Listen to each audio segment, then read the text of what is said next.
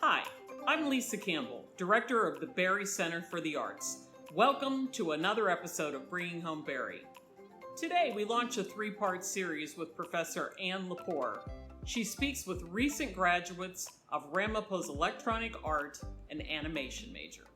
I'm Ann LePore from Ramapo College of New Jersey. I am the convener of visual arts and professor of animation, and I'm here with David Francis-Vaughan, who just graduated. Congratulations. Thank you. I'm here with Brandon Gerber, who just graduated. Congratulations. Thank you, Ann. I appreciate it. And I'm here today with Joey Perez, who has just graduated. Congratulations. Thank you. Tell us about your major and what you studied at Ramapo. I was an electronic art and animation major, so anything I did really varied from 2D animation to 3D animation, and I also did a lot of modeling, whether it was character modeling or just object modeling, and then a bunch of texturing along with all of that as well. I am an animation major. I am a aspiring character animator, and I'm a freelance video editor, photographer, and videographer. So in the animation program, or in the visual arts program, every student has to make a thesis project. I made a animated film, and I wanted this to be the most ambitious project I had made to date. While at the same time, my priority as an animator was also definitely building my portfolio, building my demo reel. So I ended up making a project about a squirrel getting chased by a mechanical bird. Actually, I was telling Shalom about the idea. As soon as he heard the idea, he goes, "Wow, that's such a powerful metaphor for man versus nature." And I was like, you know what, Shalom? Yeah, it is. And what Shalom gave me allowed me to expand the idea into a 6-minute long piece about deforestation. And it allowed me to really hone in on some of these VFX skills that I learned through the independent study that I had taken, where I had to do a lot of compositing to add fire and smoke and just make the whole story just a lot more relevant to today's world. Try to make it as impactful as I possibly could. It's a project that I've been working on, an animation that's meant to represent my graduation, to show what I've learned, not only in 2D but 3D, understanding the perspective of everything and bringing it all together into one. So it's really short animation, but it's definitely meant to represent that I'm moving on from college. Here's my life now. So are you an animated character in your animation?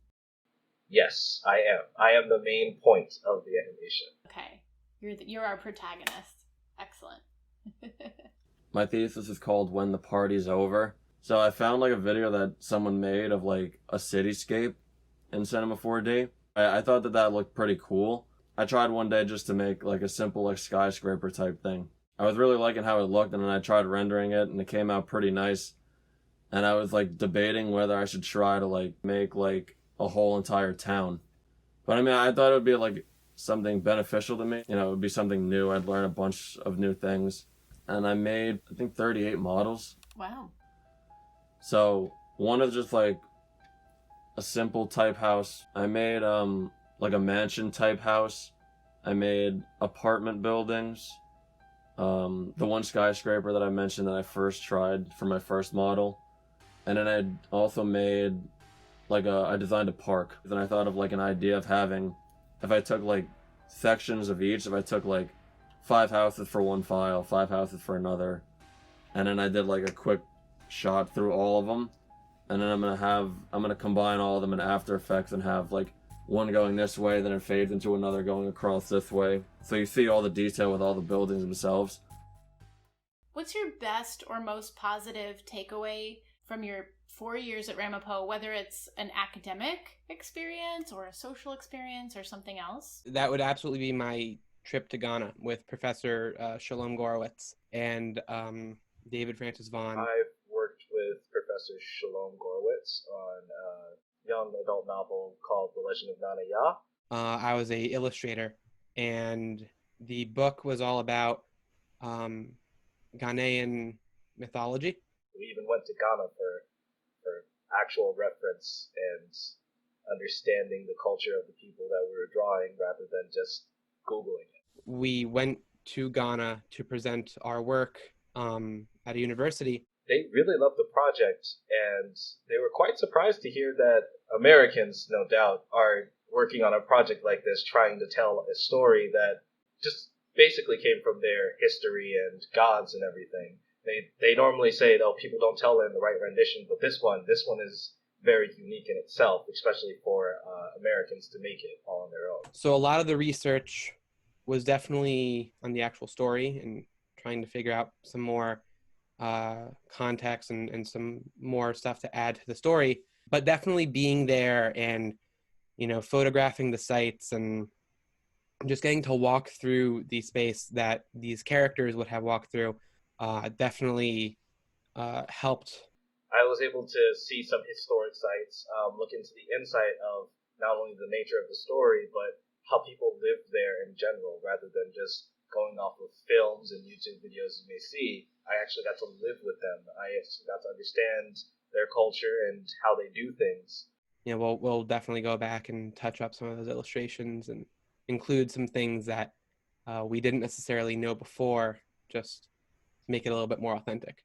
What is an assignment from any class that you took that you feel you will carry forward into your life? For directing the fiction film, I made a project called Captain Golden Years. It was about a old man with dementia that kind of thinks of himself as a superhero. And I really wanted to make a piece that would feel like a thesis project or like a senior capstone project for my filmmaking classes, because I did minor in film. As a minor, you don't get to take the senior film class. So I treated this as if it was that. So freshman year, I came up with an idea, which was at the time meant to be a comedy, to make a film about an old man that thinks he's a superhero, and it'd be like a slapstick comedy kind of thing. That happened almost exactly as I had originally conceived it for a film. It happened to me in real life with my grandpa, where, you know, he had dementia and he kind of had these, I don't know, episodes where he would see things. And so when that happened to me in real life, I realized this isn't a comedy at all. This is not funny. But I also saw the value in the story, and I thought that it needed to be told. So I reworked it. I completely rewrote it to be a drama. There's these scenes with visual effects where I got to really combine the live action and visual effects and CGI, and if I could and if I had the budget, I would absolutely take it and try to turn it into a feature. I would probably say definitely my intermediate final, like the character design, Thomas the Toilet.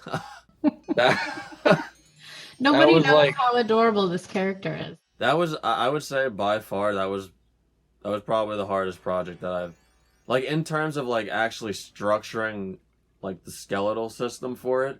The fact that you had to like follow the hierarchy, like if you had one thing misplaced, then it would ruin everything. Like it's just like coding. Like I learned that at school too. You put one wrong thing in the code, it messes the whole thing up.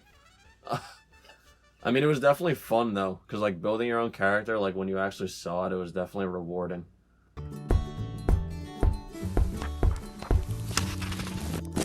Did you start a club? I did. Me and a couple other students that were like-minded started an animation production club. It's still going, and it's working on projects as we speak. The next generation of students, not only from us, giving them that motivational step forward, they're taking on the mantle and they're making sure the club stays alive and releasing animations when they can. I spent a year as the treasurer of the club. After that, I took David Pisano's spot as the president. In my time there, we made two animated short films. One was 2D animation and another was stop motion and 2D. We worked on a couple projects, a lot of 2D projects. My idea for a club was it should be as inclusive as possible. We were trying to open the door for non-animators to come in and feel like they could do something. In my last semester there, we had really 2 projects that I was really proud of. And unfortunately, because of the virus, we never got to finish either one. I'm subscribed to their YouTube channel. So, hopefully I'll get to see updates as it goes along, or, if they need help, I can by all means lend some assistance. You've also shown your animations in festivals while you were a student. You weren't even a senior when you got into your first festival. Can you talk about that a little bit? The first festival I got into was with Haiti Heritage Festival. It was with my very first animation that I made with the 3D software that we use at Ramapo called C4D. I didn't think I would get into the animation competition at first because it was like my first animation, so I figured, it's supposed to be a little bad, but at the end, it turned out to be pretty awesome in the eyes of other people. So coming into college, I didn't realize that film festivals were a thing that students really think about or submit to. I met this student in the film program, and she really wanted to work with me to make a video that was like specifically to get in this one film festival, the Count Basie Film Festival. She just said, hey, we're going to do this in the next 2 weeks. We're going to make a film and we're going to submit it. Worked on that 24/7, and we made a film and submitted it, and we got in. Ever since then, I just have been very conscientious to submit anything I make into film festivals. I always counsel students to and every festival that's free, enter it. I worked on a music video for a student in the music production program.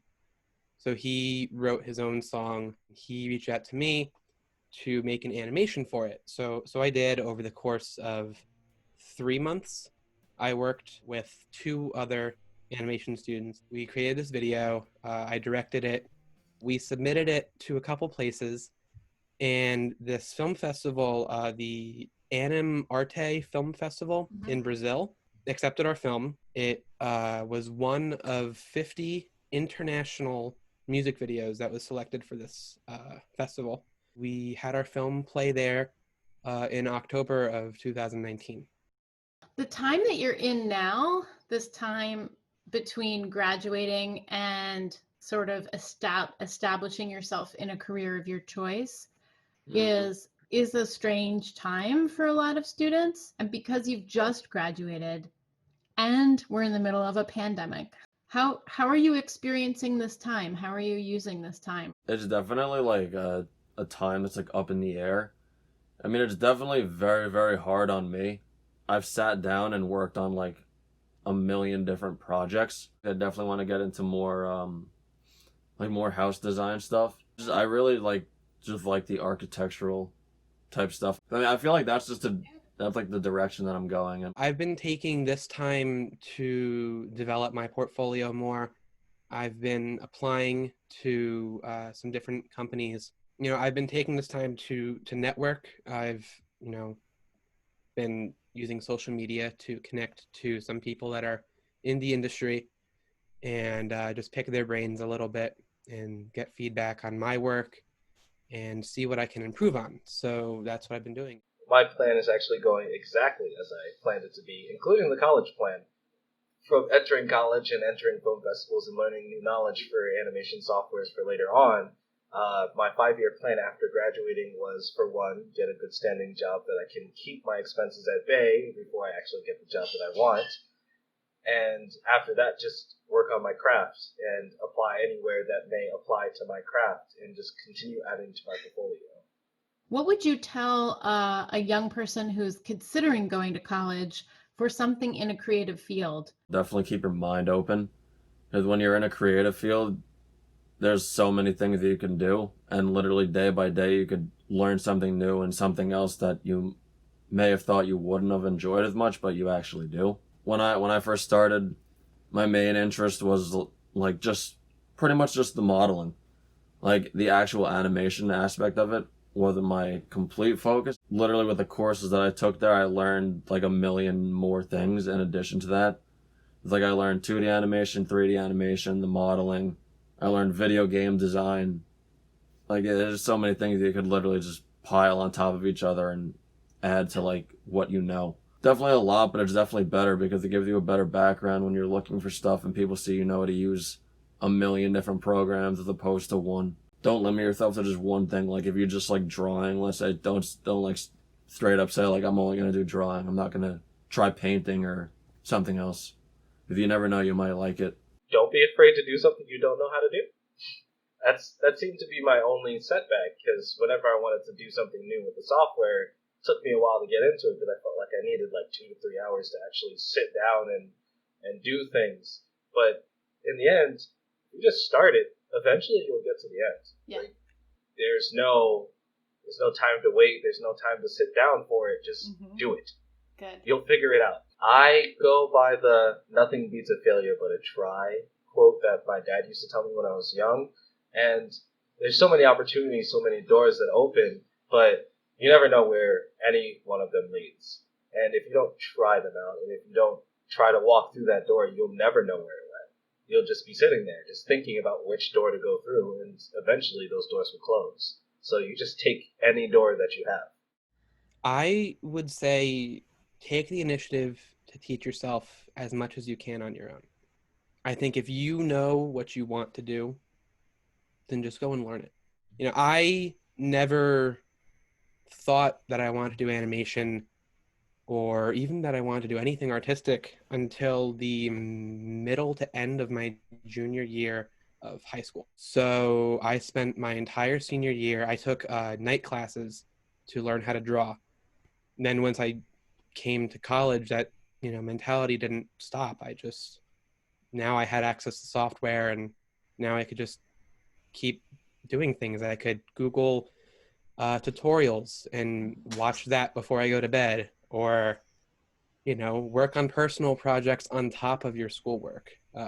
If you have time and if it's fun and if it's what you want to do, why wouldn't you work on your own personal projects? You're here because you want to be, so do what you want to do and don't wait for someone else to tell you to do it. It's definitely good to just do a ton of different things that you enjoy doing instead of limiting yourself to one. Like, I didn't just limit myself with my major. I mean, I did stuff involved in my major, like animation club. But then, like, also outside of that, I did a bunch of stuff for, like, at the Bradley Center for, like, intramural sports. I did a ton of stuff for that. I worked at the sculpture studio for a semester. I mean, yeah, it was a lot because I was doing a lot of it at the same time. But I mean, like, if you know how to manage your time and you don't, get, lazy and whatnot, then you could literally do anything. I would definitely recommend that to everyone, for sure, because, if you go to college and just go there for classes, you're not going to get, you'll get a lot out of it, but you're not going to get your full potential out of it. Thanks to Ann LePore for leading this conversation. Look for part 2 coming soon. Thanks for watching.